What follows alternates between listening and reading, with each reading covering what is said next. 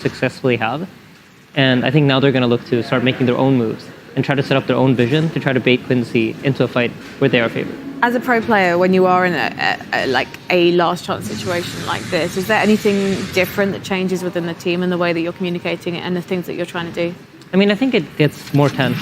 Like every small thing matters a lot more, and I think you're more careful about committing in, and that usually is to your detriment. But it doesn't look like they're scared of committing right now. Are they catching everyone now? Yeah, Yawar died immediately, and that removes the front line that Quincy Crew has. And there's no Aegis. And it exposes the Tinker straight away. But yeah, that was just Tiny just walking up to the high ground with no BKB, but it gets really nicely chain stunned up, and then by the time he can BKB, it's just a little bit too late, so... It comes down to what I said, right, about vision and initiation. When you walk up to the enemy team's high ground and you're hitting their racks, they all see you, because you're obviously hitting their buildings. And that allows SG to have the opportunity to get the first jump.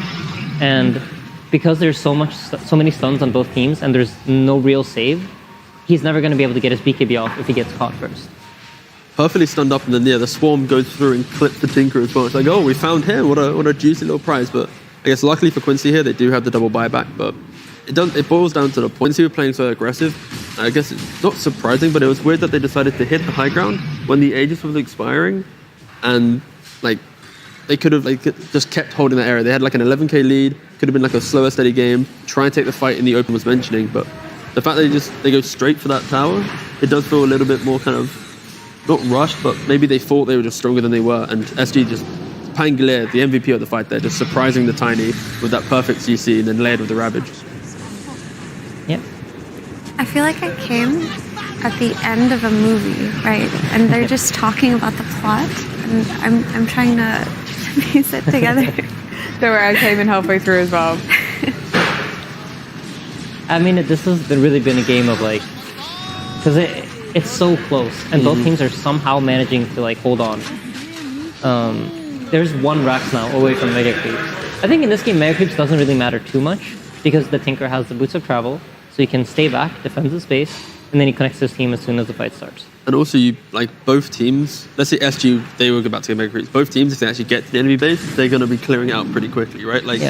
Quincy's way to win this game, it isn't them going, let's go to top, let's go to bot. It's them winning a fight, going down mid, and Tiny just using that tree and just destroying the tower straight away, right? This is very much just win the fight, win the game. The structural advantage right now is not too important. Of course, it's getting Mega Creeps will help SG a lot. Forgive me if I'm speaking out of turn here, but I didn't think that Tinker was that popular at the moment. He's popular in certain games. Right, okay, so he's very situational. Precisely. He's a reaction pick, sorry. Team fight. Exactly. And Quincy Crew this time gets the initiation. But no, Tinker's been, I think it's a player-hero specialist combination.